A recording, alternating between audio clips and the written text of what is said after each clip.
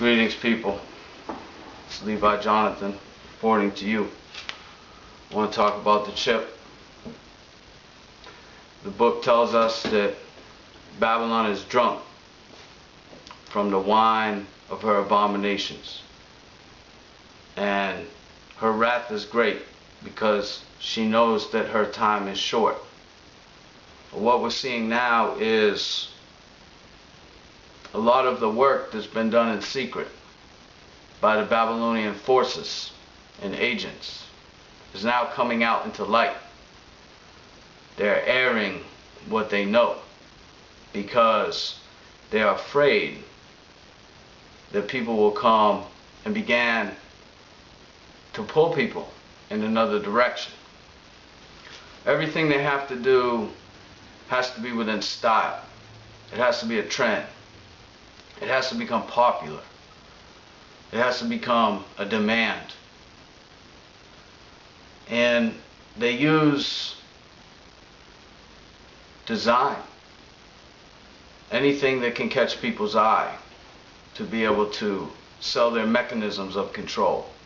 The iPhone is one of the most recent notable examples of a sleek, some people would say is a sexy product that people want to buy. They desire it. And if you can get a wave of people that desire a particular product, usually it spreads. And those products have been designed by the war machines that have taken the people's money, taken the people's land, and reinvested it into research and development for the chip. So now some people may say this is kind of crazy, but just think about it like this. If you had a tap in your backyard that spit out energy, and everybody needs energy, right? Power their lights, car, TV, business, what have you. And everybody had to come to you, and you had an unlimited amount of energy coming out of your tap.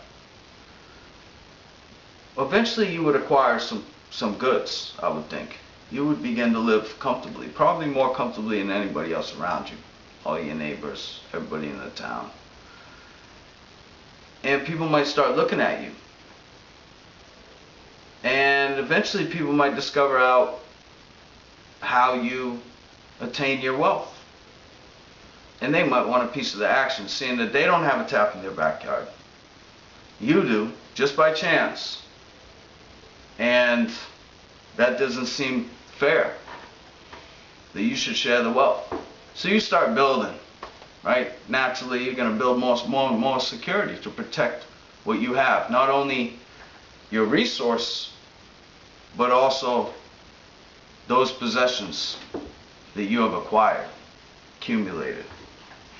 So that's what it all comes down to, really, is that there's still a few people that control the entirety of the land of the earth. They've destroyed it. They know they're guilty of sin, and they have to watch the masses of population to protect what they've accumulated. And this chip is the priority. They want to make it fashionable. They want to make it normal. And they want to make it something that is difficult to refuse.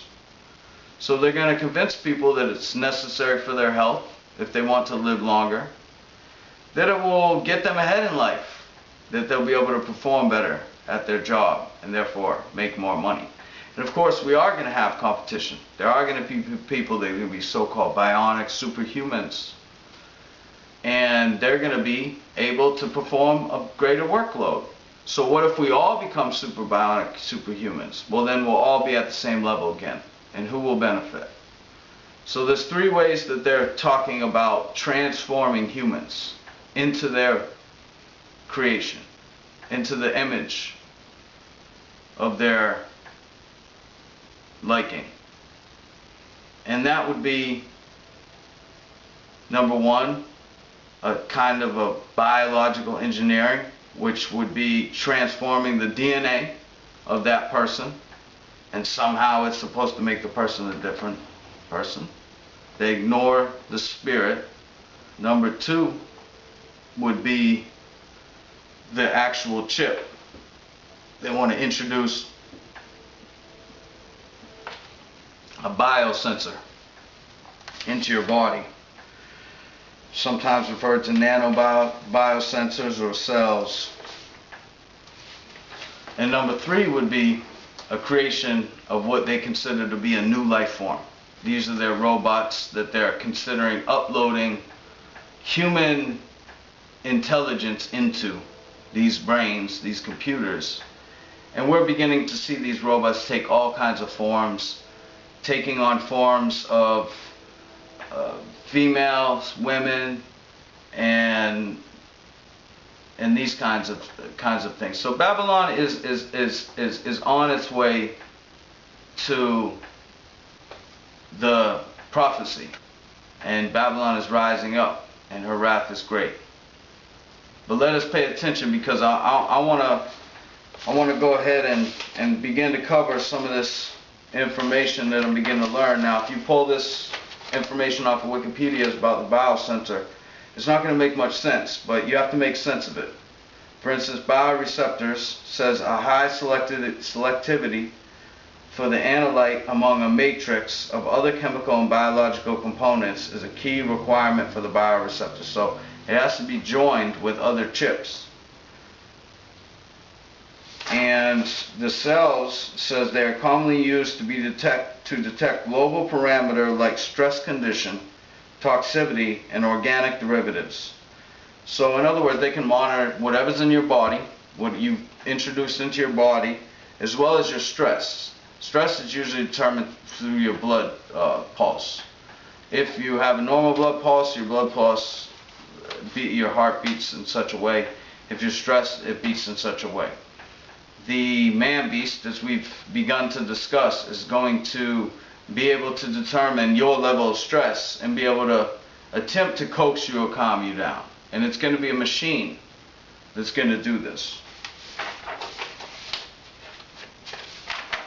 The rulers want to make you continue to serve them and be their slave.